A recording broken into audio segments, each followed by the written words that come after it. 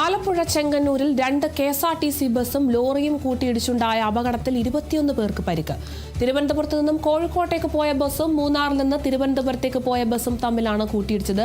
തൊട്ടു പിന്നാലെ കയറി വന്ന തടി ലോറി ബസ്സിൽ ഇടിക്കുകയായിരുന്നു. പരിക്കേറ്റവരെ ആശുപത്രിയിൽ പ്രവേശിപ്പിച്ചു.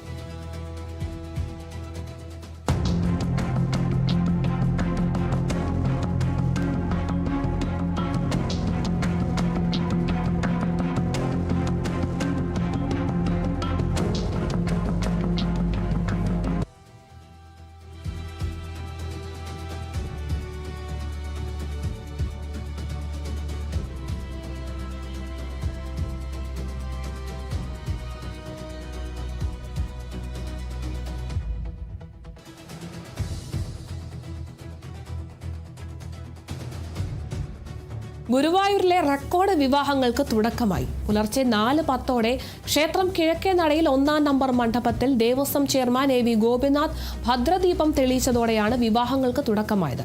മംഗളവാദ്യത്തിന്റെ അകമ്പടിയിൽ കണ്ണൂർ തലശ്ശേരി സ്വദേശി അർണവ് മോഹൻകുമാർ, പഴയങ്ങാടി സ്വദേശി വിദ്യാ ആനന്ദ് രാജിന് താലി ചാർത്തി. തുടർന്ന് മറ്റ് 5 മണ്ഡപങ്ങളിലും വിവാഹങ്ങൾ തുടങ്ങി.